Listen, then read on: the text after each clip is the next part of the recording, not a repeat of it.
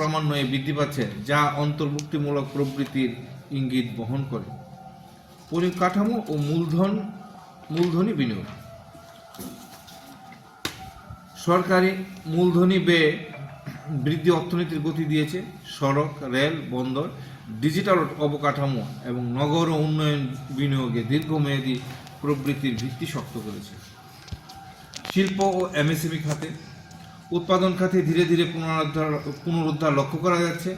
MSME খাতকে ঋণ, প্রযুক্তি এবং বাজার সংযোগের মাধ্যমে শক্তিশালী করার উপর জোর দেওয়া হয়েছে, যা কর্মসংস্থান সৃষ্টিতে গুরুত্বপূর্ণ ভূমিকা রাখছে।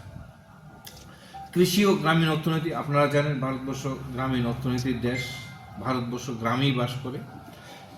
কৃষিখাতে স্থিতিশীল উৎপাদন, ফসলের বৈচিত্র্যীকরণ এবং গ্রামীণ আয়ের উন্নতির উপর গুরুত্ব আরোপ করা হয়েছে।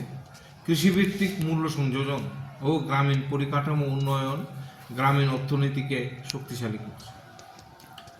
অর্থনৈতিক সমীক্ষায় সবুজ শক্তি, জলবায়ু সহনশীল উন্নয়ন, পরিবেশ বান্ধব অর্থনীতির উপর বিশেষ গুরুত্ব দেওয়া হয়েছে।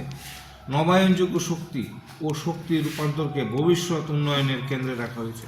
এটা একটা খুব সুন্দর উদাহরণ আমাদের কাছে আছে। আপনারা জানেন পিএম সূর্যঘর, পিএম সূর্যঘর যে ব্যবস্থাপনা, সেটাতে আমরা সূর্যের শক্তিকে বিদ্যুৎ শক্তিতে পরিণত করে আমরা আমাদের চাহিদা পূরণ করছি। ফলে আপনার বাড়ির যাদের পিএম সূর্যঘর আছে তাদের বিদ্যুতের বিলের বিষয়টা আপনারা খুব ভালো জানেন। কেউ পাওনা হন, কেউ প্রায় 1 টাকাও বিল পে করতে হয় না।